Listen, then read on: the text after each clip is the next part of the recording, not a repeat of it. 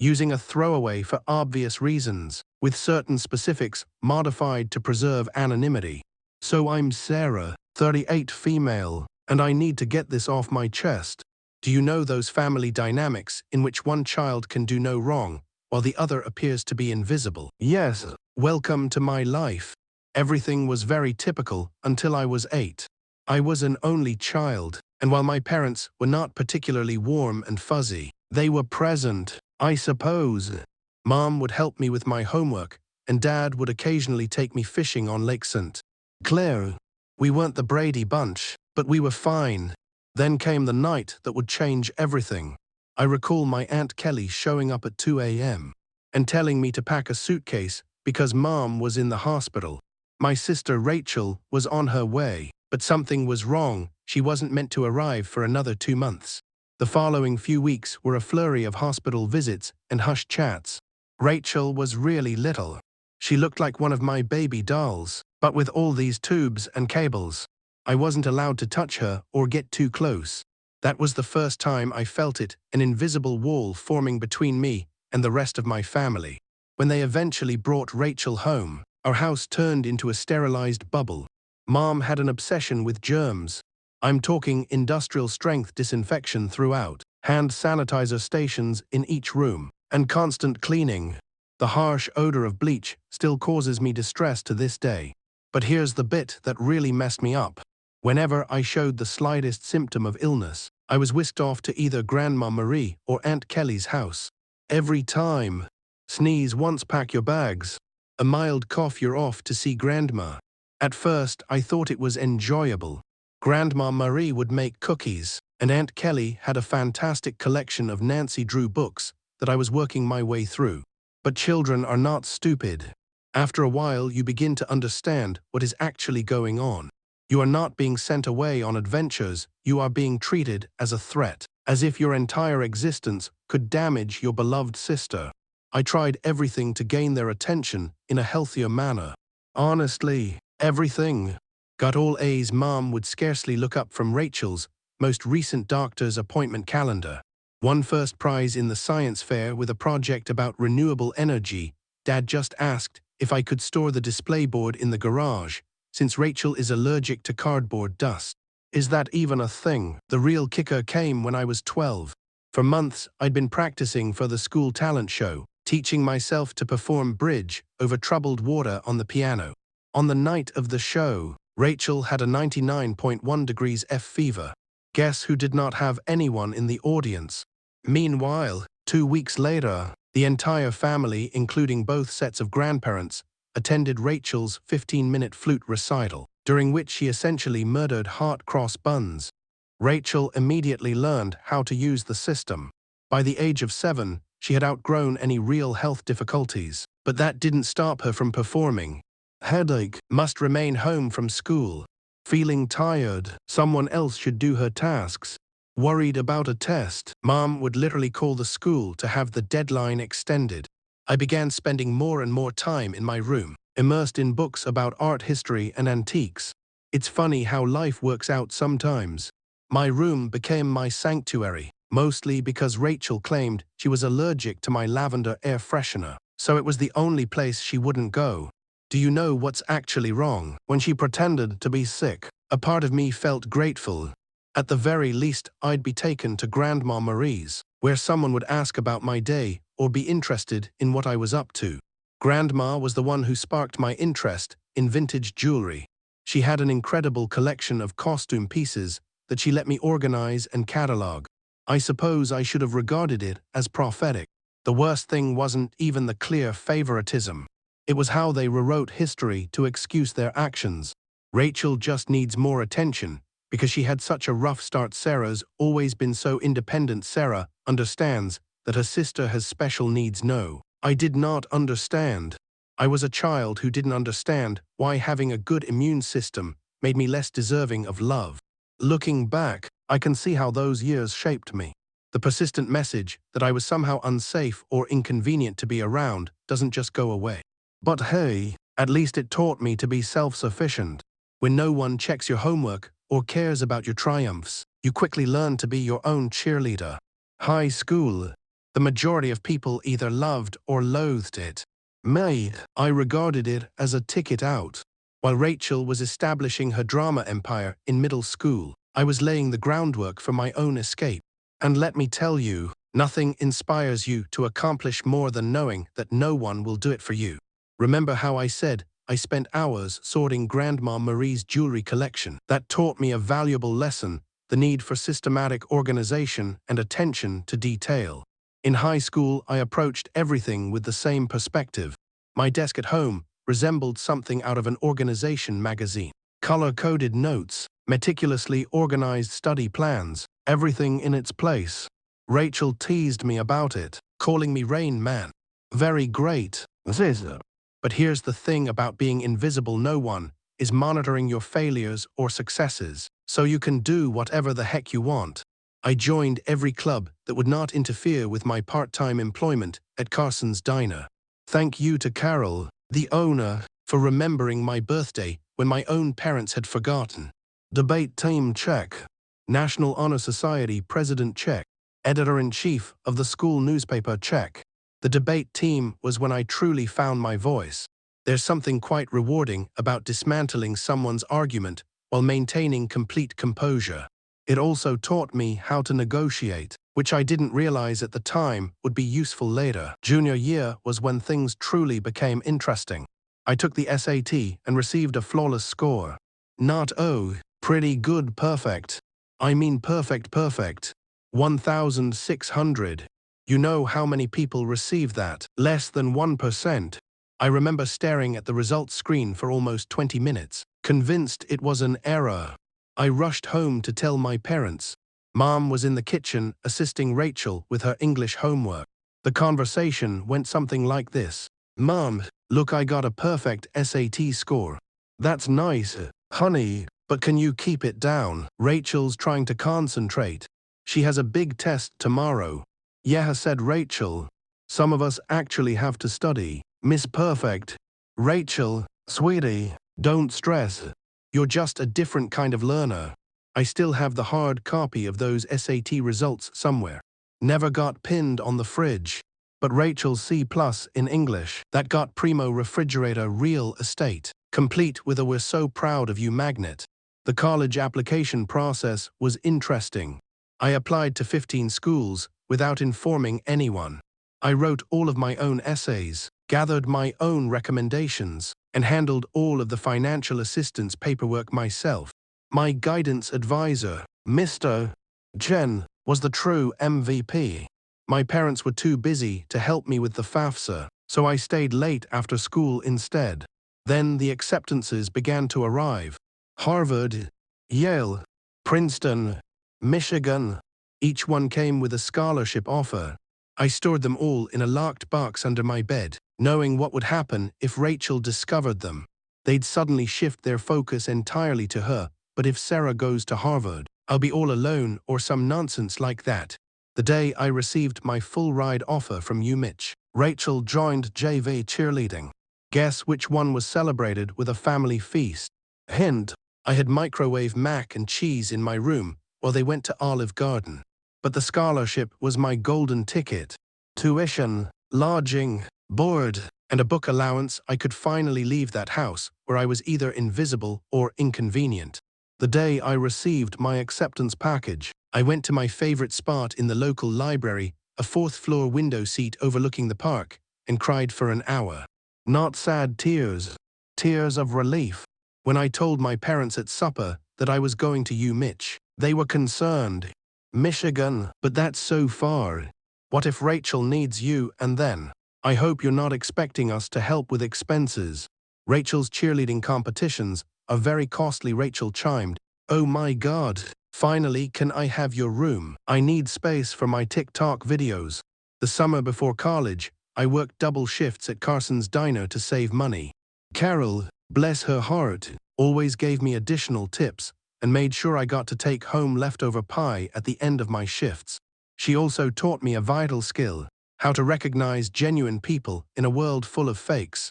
Baby, she'd tell me, in diners and in life, the ones making the most noise usually have the least to say. Move-in day at UMich.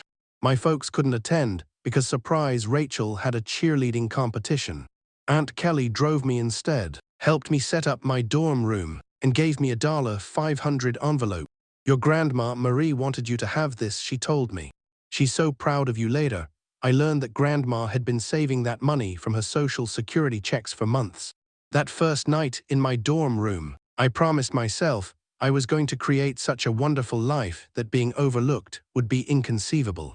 Not for vengeance, not to prove anything to my family, but for the 8-year-old girl who used to get sent to grandma's house for sneezing.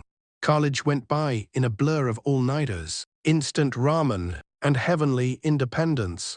I graduated summa cum laude from the University of Michigan. Not that my folks noticed, they were too busy helping Rachel transfer to her third college in 2 years. But this is where the plot takes an unexpected turn. I got an entry-level job at Everett and Phillips Auction House in Detroit. I won't use the real name for obvious reasons, but if you're in the business, you probably know who I'm talking about. A genuine high-end establishment with many old money clients. I began with their estate sales division, which involved documenting the belongings of wealthy individuals after their deaths. Not exactly glamorous, but it paid the bills. My first several months were very standard, logging countless china sets, categorizing vintage furniture, and so on. Then came the Kingston estate. Mrs. Kingston was an elderly widow who had died with no children, leaving behind what everyone assumed was a huge collection of costume jewelry. Rooms filled with the stuff. This is where those hours at Grandma Marie's came in useful. I was looking through this stack of jewelry when something caught my attention, an Art Deco brooch. Nothing particularly showy, yet something about it felt different. The weight was wrong for costume jewelry. The clasping mechanism was far too complex for a replica.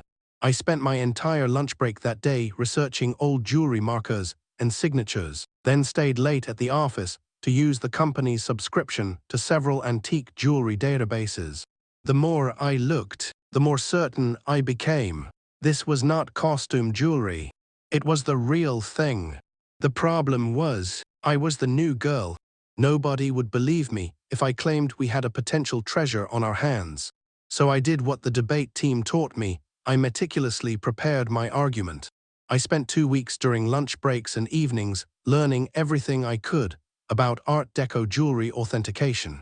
I even used some of my pitiful savings to pay for an online gemology course.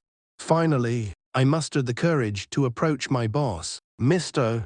Harrison, sir, I think we might have something significant in the Kingston collection. Harrison barely looked up from his phone. Sarah, we've already catalogued those as costume pieces. I know, but look at these makers' marks. They match perfectly with Cartier's 1925 signatures. Harrison finally paid attention. Where did you learn all of this? I did some research. Long story short, the brooch sold for $47,000 at auction. It turned out to be part of a limited collection created for European nobility in the 1920s. And Harrison started to trust me after that. Suddenly, my lifelong pastime of sorting antique jewels acquired real significance. I devoted myself to learning everything I could about vintage jewelry. I took every online course I could afford. I spent weekends at estate sales and researching items. I even began a small notebook to document various authentication procedures. My apartment looked like a jewelry scholar's fever dream, with walls covered in printouts of vintage hallmarks and certification guidelines. The auction house started getting results. I was discovering important pieces that others had overlooked, developing contacts with collectors, and learning the market. My commission checks grew larger. For the first time in my life, I was not simply surviving, I was saving money. At Sunday dinners, which I still attended like a fool, the discourse went like this. Sarah's still at that antique shop, right? Auction house, yes. Actually, I just authenticated a rare Tiffany piece. Rachel would interrupt. Oh my God. Speaking of jewelry, you guys have to see this charm bracelet I bought at the mall. But I didn't care anymore. For once in my life, I had discovered something wholly mine. Something I was actually excellent at. Then came the Rothschild collection. This was about 2 years into my employment at the auction house, a massive estate, old money family, a lot of buzz in the industry. I was part of the team that catalogued their jewelry collection, and that's when I noticed it, a fairly commonplace Art Nouveau piece that everyone else had missed. I spent 3 days investigating it, barely sleeping. It turned out to be a piece from a famous French jeweler's private collection, which was supposed to have been lost during World War II. When it sold at auction for $238,000, Harrison summoned me to his office. I believed I was being promoted. Instead, he said something that completely changed everything. "Sarah, you're wasting your talent here. You should be running your own authentication business." Initially, I shrugged it off. Me, start a business? With what money? But the notion took root. I began doing modest freelance authentication projects on the side. Word spread that I had an extraordinary eye. Private collectors began contacting me directly. One night, sitting in my modest apartment, surrounded by jewelry manuals and authentication tools, I had gradually accumulated. I had an epiphany. This is something I could actually do. I could build something on my own. So I did what any reasonable person would do. I took out a loan against my car. I emptied my savings account. I rented a small office space in a less desirable part of town. People thought I was insane. Perhaps I was. I transformed a storage room above a Chinese restaurant, about the size of a college dorm room. The rent was low because it always smelled like Kung Pao chicken, and the Wi-Fi only functioned if you sat in the corner by the window. But it was mine. The first few months were interesting, and by interesting, I mean terrifying. I'd wake at 4:00 a.m. in cold sweat, calculating how many months until my savings ran out. Loan payments felt like a rope around my neck. My office furniture comprised a card table from Goodwill and a chair I literally found on the curb. However, in the world of high-end jewelry, reputation and contacts are everything, and my experience at the auction house had provided me with both. I started small, doing authentication work for local antique dealers. My fees were lower than those of larger organizations, but my attention to detail was becoming known. 6 months later, a watershed moment occurred. A dealer I had worked with at the auction house inquired about a collection of Victorian-era brooches. The owner requested authentication before selling. It turned out to be a massive collection, with pieces spanning 3 generations of a family. I worked on it for 2 weeks straight, barely sleeping, documenting everything. I discovered 2 extremely rare pieces that had been misidentified as later replicas. The owner was so delighted with my detailed analysis that she not only paid my fee, but also offered me a 10% commission when the pieces sold. That commission, $86,000, more money than I had earned in the preceding 2 years combined. Suddenly, my phone rang a lot. Private collectors heard about my knack for finding missed pieces. Estate lawyers sought my advice on inherited jewelry. Even my previous auction house began sending me authentication work. By year 2, I had hired my first employee, Jenny, a fresh gemology graduate who reminded me far too much of myself at that age. Extremely intelligent, but overlooked because she was quiet. She is now my head of authentication and is worth her weight in gold. The firm expanded quicker than I could have predicted. We moved to a proper office downtown Goodbye, Kung Pao chicken smell, and I built a team of specialists.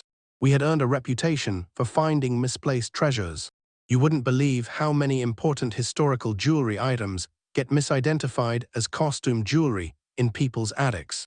The bigger we became, the harder it grew to keep the secret from my family. They still thought I worked in an antique shop. Rachel would make sarcastic remarks at family dinners. "Sarah, I have some old jewelry I was going to donate to Goodwill. Maybe your little shop would want it." This, having just authenticated a $1.2 million item that same morning. "Sure, I'll look into it." Mom continued to introduce me to everyone as my other daughter. "She works with old jewelry or something." Meanwhile, I had been quoted in Forbes under my company name and had recently opened our 3rd office. What's strange is that keeping the secret became almost enjoyable, like a private joke with myself. I'd sit at Sunday dinner in my Targetish outfit, really Chanel, listening to Rachel talk about her entry-level marketing job, knowing I had just closed a deal worth more than her annual salary. I even started playing tiny games, like wearing authentic Harry Winston pieces to family gatherings to see if anyone noticed. They never did. Rachel once spent 20 minutes showing off her $200 Michael Kors watch. I was wearing a vintage Patek Philippe that cost more than her car. By year 5, we had established offices in Detroit, Chicago, and New York. I spent more time on airplanes than in my own bed. We had built a reputation for discretion. It turns out that many wealthy people want their jewelry authenticated without the rest of the world knowing. The money was considerable enough that I needed to hire a team of financial advisors. Nonetheless, I maintained a relatively modest lifestyle. I purchased a nice but not flashy house in a good neighborhood. I drove a high-end but unobtrusive car. The only places I truly splurged were my home office, advanced authentication equipment, a top-of-the-line security system, and a custom-built vault that would make Fort Knox envious. The irony was that my family thought I was being frugal out of sacrifice. Mom would say things like, "It's so sweet of Sarah to help out, she must be eating nothing but ramen to manage it." Meanwhile, I had just received a commission larger than their mortgage. The anonymous monthly transfers began around this time. Aunt Kelly informed me that my parents were struggling to pay Rachel's student loans and medical bills. Mom casually mentioned they might have to sell the house.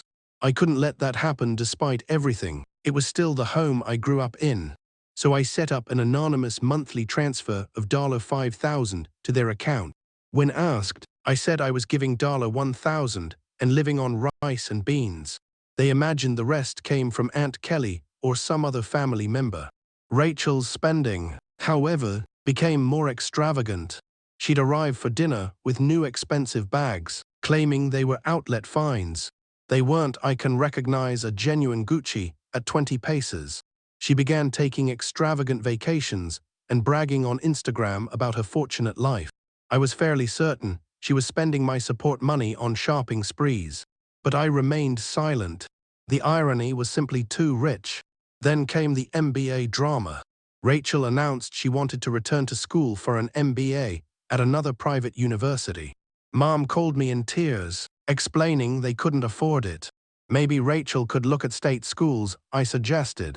They have good programs too. Oh, honey, you don't understand. Your sister needs to maintain certain standards. But speaking of helping, could you increase your monthly contribution for a few years? I increased it to $7,000 per month. My accounts were unaffected, but watching them compliment Rachel for taking initiative with her education while assuming I was living on ramen to help out, that stung a little. The actual kicker, I was giving a guest seminar at the very business school Rachel wanted to attend. The dean had personally invited me to lecture on luxury goods authentication and business growth. I had to invent an excuse for why I couldn't attend Sunday dinner that week. My own achievement had started to feel like a separate life, as if I were a corporate superhero with a secret identity. By day, running a multimillion-dollar authentication business. By Sunday evening, just Sarah, the disappointing daughter who worked at a little antique shop. The weight of the deception was becoming heavier. Rachel made rude remarks about my career on multiple occasions.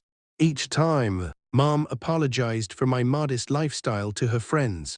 Every time Dad suggested I get a real job, I felt it. I always knew it would end dramatically. I just didn't expect it to implode so spectacularly on Thanksgiving. It began 2 weeks before the holiday. Mom called, weeping about her back pains. She had been diagnosed with a herniated disc, and the thought of cooking Thanksgiving dinner for 20 guests overwhelmed her. I offered to have it catered. "Oh, honey, we can't afford a caterer. Don't worry about the cost. I've been saving up. You're not taking out a loan, are you?" I coordinated everything with a high-end catering firm I use for business gatherings. The food cost more than my folks thought I earned in 2 months, but whatever. Thanksgiving morning arrived, and I was feeling good. I had my laptop with me because I needed to monitor a major online auction in Hong Kong. A magnificent Art Nouveau necklace was up for sale. and I had a client interested in authentication if they won the bid. The lunch arrived on schedule, beautifully prepared. Rachel, of course, had to respond. Store-bought stuffing, really? Sarah, Mom's is so much better. This is from the girl who once set off the smoke alarm while making toast.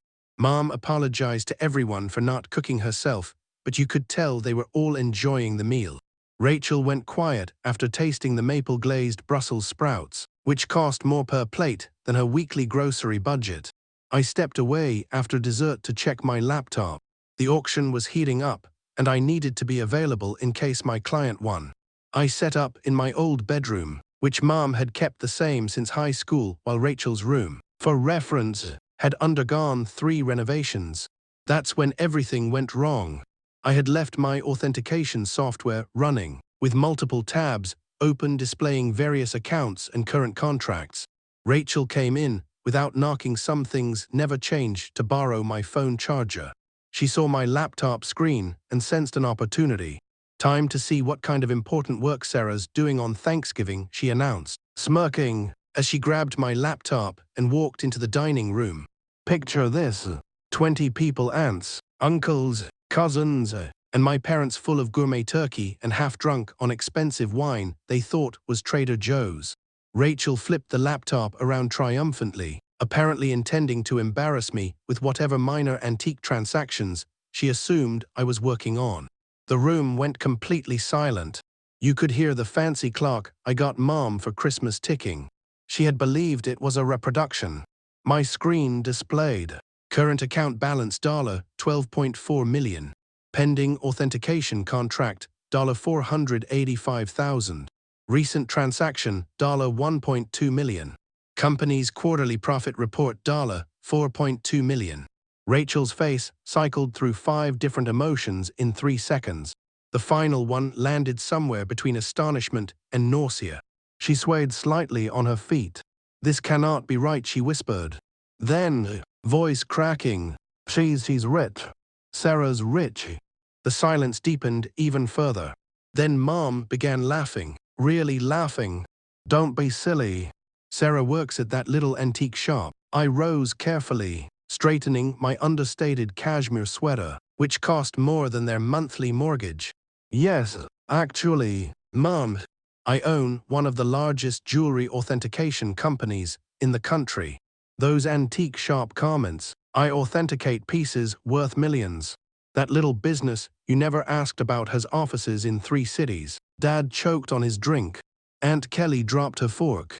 An uncle began coughing loudly. Then Mom's laughter transformed into something else. Her face turned red, then purple. She stood up so quickly her chair toppled over. "You have millions and you let us struggle." "Struggle? I send you $7,000 every month, while sitting on millions. Your sister has student loans." And there it was. Not congratulations. Not pride. Just outrage that I hadn't given them more. Rachel began to cry. Surprising, I know, sobbing about how she deserved to know, and how I had betrayed the family. Dad joined in. "How could you be so selfish? Your parents. We raised you." That was when I lost it. Years of being disregarded. Years of dismissal. Years of being treated as the family disappointment. Everything poured out. Raised me. You shipped me off to Grandma's every time I sneezed. You missed every achievement, every award, every milestone because Rachel might feel left out. You never saved a penny for my college, but took out loans for her private school. And now you're angry that I built something for myself. The next 5 minutes were chaos. Mom screamed about family obligation. Dad yelled about ungrateful children. Rachel alternated between sobbing and demanding to know exactly how much money I had, while the catering team attempted to serve dessert and looked exceedingly uncomfortable. I grabbed my laptop, picked up my Hermes bag, which Mom had previously admired as a nice replica, and walked out. Behind me, I could hear Mom already discussing how to spend my money, something about Rachel's MBA and a new car. As I drove home, my phone began to fill with texts. The family group chat exploded.